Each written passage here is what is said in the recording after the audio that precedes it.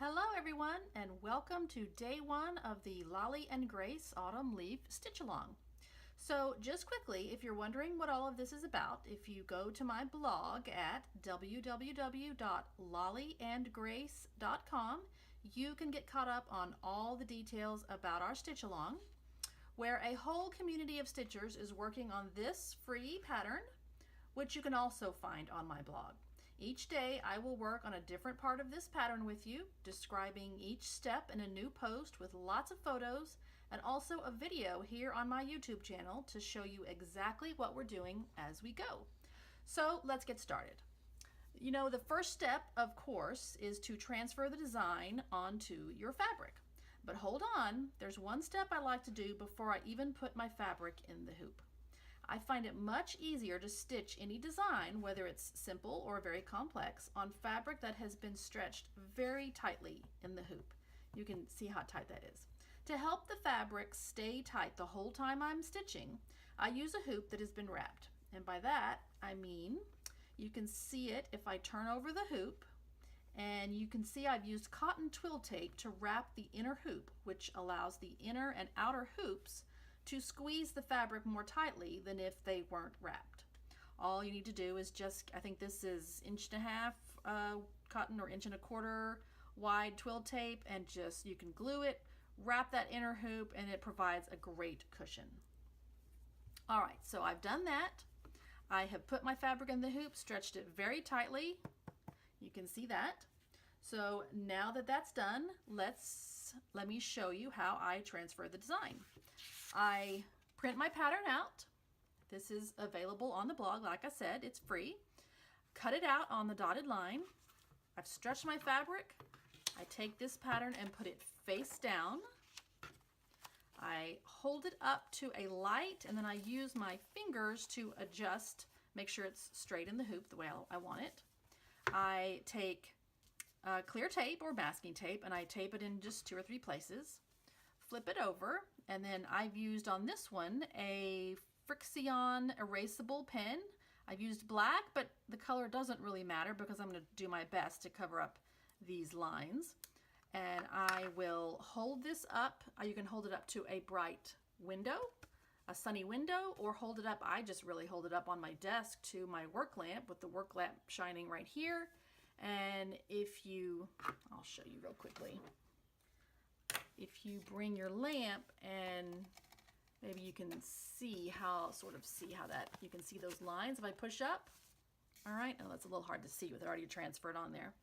So I just very carefully trace the design with this pen. This is a pen that is called erasable. It's erasable with heat. I just put a hot hair dryer on it for a couple of minutes after I'm done stitching. If I even need to get rid of any of the stitches. Any of those lines. You can also use an air-soluble disappearing marker. I don't really care for the water-soluble ones. I like the air erasable ones that just go away with air. So that's all. That has a very nice. This one's from Dritz, I believe. So now your pattern is transferred. It's time to start stitching. So for this first day, let's start in an area that is very straightforward and simple. I'm going to start on this section right over here. I'm going to start by stitching the stem, this line that goes right around here, with the outline stitch. Now the outline stitch is very similar to the stem stitch, but rather than holding the working thread below your needle, you actually hold it above the needle. So my next stitch will be right here. Whoops, did that wrong. Hang on.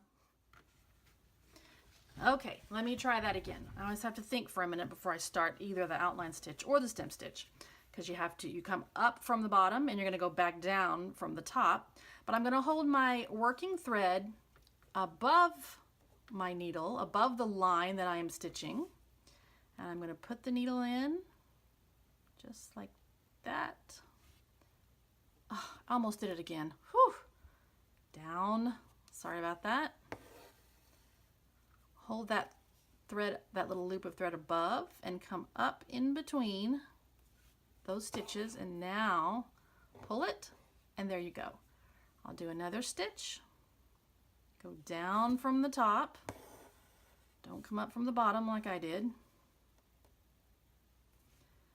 come up in between those stitches, pull it tight, and there you go. That gives you a nice compact line.